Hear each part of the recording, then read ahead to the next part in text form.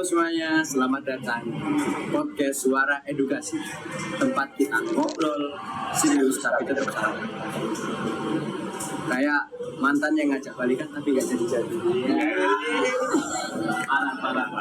Gimana ya, mulai lancar. Tapi bener sih, podcast kita kan akan ngobrolin sesuatu yang deket banget ya sama kita. Apa dan untuk tema kali ini tuh apa sih ya? Ya, tema kita hari ini Pak mendapatkan Bener banget sih. Kenapa sih kita ngambil tema itu buat podcast kita kali ini? Karena yang seperti kita tahu sendiri, kita sebagai mahasiswa mengenai pendidikan ini sangat dekat dengan kita. Di mana pendidikan sendiri merupakan makanan kita sehari-hari. Ya kan? Ya, jadi siapkan cemilan dan telinga kalian karena kita akan membahas serius tapi gak ngebosenin pastinya. Nah, sebelum lanjut ke pembahasan lebih dalam, alangkah baiknya kita perkenalan dulu nggak sih? Iya. Benar itu, benar dulu. Kamu siapa? Perkenalan dulu, saya Galih Samudra dari Fakultas Teknik, Prodi Teknik Elektro. Ya, selanjutnya saya Zaky Mawin, saya dari Fakultas Teknik, Prodi Teknik Elektro. Selanjutnya aku Torik dari Fakultas Teknik, Prodi Teknik Elektro. Dan aku Muhammad Fatwa Chandra dari Fakultas Teknik, Prodi Teknik Elektro. dan aku yang terakhir Saskia Aulia Anggraini dari Fakultas Teknik Prodi Teknik Kimia. Oke, kita masuk segmen pertama dulu nih. Nah, tadi kan kita membahas hak mendapatkan pendidikan. Kita mulai dari maknanya dulu deh. Menurut kalian hak mendapatkan pendidikan itu seperti gimana sih? Oke, kita tuh dulu ya. Ya oke, dari dulu. Jadi, hak mendapatkan pendidikan itu adalah hak yang mutlak, hak yang wajib dimiliki ataupun harus dimiliki oleh semua orang. Dari yang kecil yang harus mempunyai hak dapat pendidikan dari orang tuanya. Kalau dari Zaki gimana Kak? Mungkin dari aku sih cuma sedikit nambahin aja ya dari apa yang dikatakan Chandra. Benar banget, sangat benar banget dan aku setuju.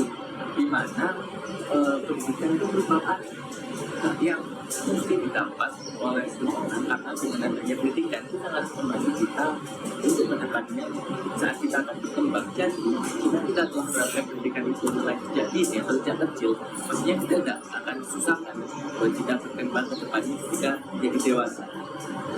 Itu artinya semua orang punya kesempatan yang sama buat belajar dan berkembang dari latar belakang apapun.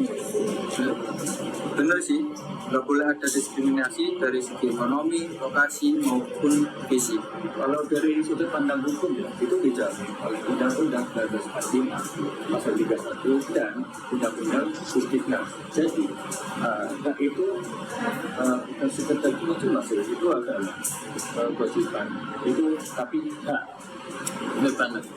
Satu sisi selain di Indonesia sendiri, di dunia internasional juga ada dalam regulasi HAM pasal 26 dan konvensi anak, di mana dalam pasal tersebut memuat hak dasar yang wajib diberikan oleh orang tua dan wajib didapatkan oleh anak itu sendiri, di mana hak tersebut merupakan hak mendapatkan pendidikan yang layak, kemudian hak mendapatkan kesehatan, hak mendapatkan perlindungan, dan yang penting adalah hak mendapatkan kasih sayang, karena itu kita sudah lahir dan kita masih kecil, khususnya kita perlu mendapatkan kasih sayang yang lebih dari orang tua kita.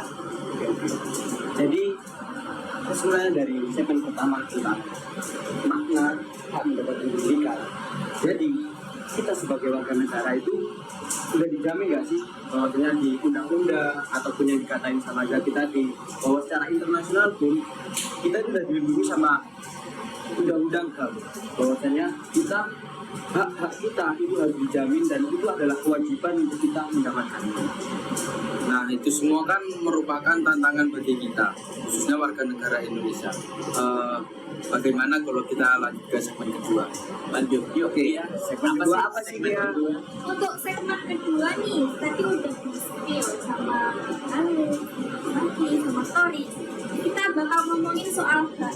Kenyataannya di lapangan tuh masih banyak yang belum dapat hak yang layak secara pendidikan juga. Jadi gimana? Bener banget sih, karena banyak anak-anak ini yang terdapat atau masih tertinggal lah, 3T, yaitu gangguan terdepan dan tertinggal. Jadi banyak anak-anak yang harus berjalan kaki 2-3 jam atau bisa lebih ya, itu hanya untuk berangkat ke sekolah saja tanpa menaiki fasilitas seperti sepeda motor ataupun mobil.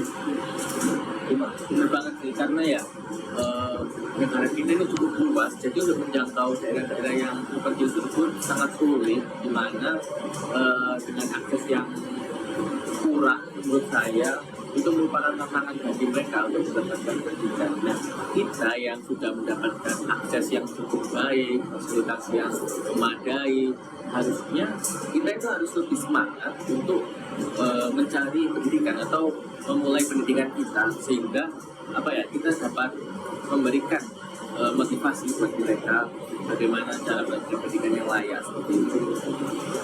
Dan gak cuma tantangan soal lokasi ya, di kota besar pun banyak anak keluarga miskin yang harus putus sekolah karena bantu keluarganya mencari nafkah. Nih, jangan lupa nih, ada soal anak disabilitas yang ditolak di sekolah umum karena dianggap merepotkan. Parah banget suara sih. Nah, harusnya itu ada sistem inklusi, kita harus menjadi kewajiban kita merangkul mereka semua. Nah, ada juga fenomena pernikahan dini yang menyebabkan perempuan berhenti sekolah. Pada daerah-daerah itu banyak anak perempuan yang putus sekolah dari SMP karena sudah dinikahkan dini. Itu juga pelanggaran terhadap hak pendidikan loh. Dan ini belum termasuk kasus diskriminasi gender, jadi bullying ataupun kekerasan yang bikin anak trauma dan tidak ingin sekolah lagi.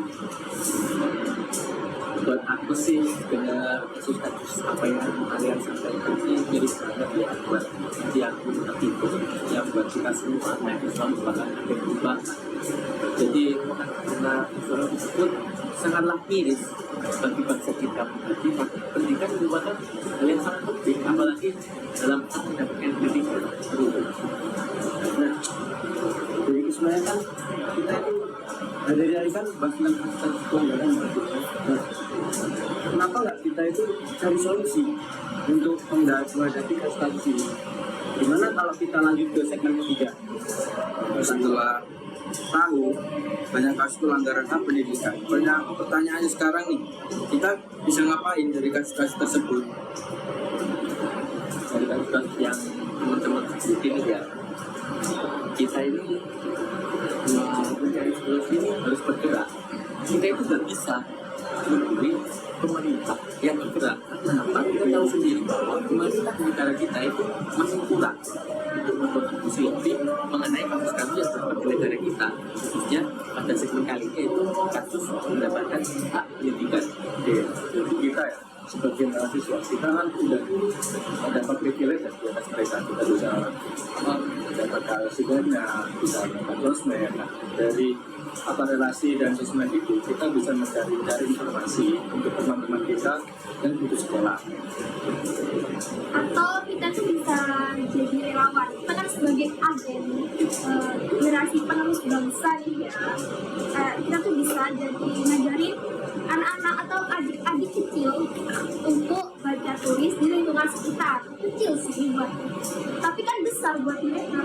Oke, maka dari itu kan berarti kita kampus ataupun tidak sivitas akademik pun juga harus turut dan ikut andil untuk merealisasikan ini semua kepada anak-anak di sekitar kita, seperti bikin gerakan literasi ataupun kita mencari motivasi, memberikan motivasi kepada adik-adik bahwasanya anak SMA atau SMK yang akan melanjutkan di dunia perkuliahan. Betul banget. Dan buat yang aktif di medsos, yuk kampanye positif tentang pentingnya pendidikan. Jangan cuma konten-konten juri doang. Nah, bener itu, jangan cuma konten joget-joget doang. Jadi apa yang disampaikan oleh teman-teman, kita itu cukup melakukan juga belajar dahulu khususnya dalam internal kita seperti adik kita, suami kita, atau saudara kita lainnya, khususnya keluarga kita itu bisa mensupport dengan cara memberi semangat ketika mereka merasa lelah, merasa bosan atau jenuh dengan berbagai mungkin dengan support dan dukungan yang kita lakukan ini dapat membuat motivasi mereka itu meningkat untuk mendapatkan pendidikan karena pendidikan sangat penting bagi kita untuk kedepannya. Intinya, sekecil apapun kontribusi kita, kalau dilakukan bareng-bareng, kita jadi gerakan yang besar yang bergelombang. Karena ya dari topik kita kali ini, pendidikan itu bukan cuma yang harus diperjuangkan, tapi juga warisan yang harus kita untuk kedepannya untuk adik-adik kita. Nah, dari apa yang kita bahas tadi kan, jadi kita dapat naik kesimpulan kan, maksudnya kita sebagai sintas akademik itu juga sebagai agen perubahan juga, bahwasanya untuk merealisasikan hak mendapatkan pendidikan itu bisa dimulai dari diri kita sendiri, itu merangkul adik-adik kita ataupun saudara-saudara. Oke, mungkin cukup di sini dulu aja sih ya untuk podcast kita kali ini mengenai tema kita yang pertama yaitu hak mendapatkan pendidikan. Kita tutup saja, kita masuk ke episode berikutnya. Saya Zaki Dan saya Torik, Dan saya Gali. Saya Chandra. Dan apa yang terakhir ya? kami untuk segmen kali ini. Terima kasih dan sampai jumpa. sampai jumpa. Dan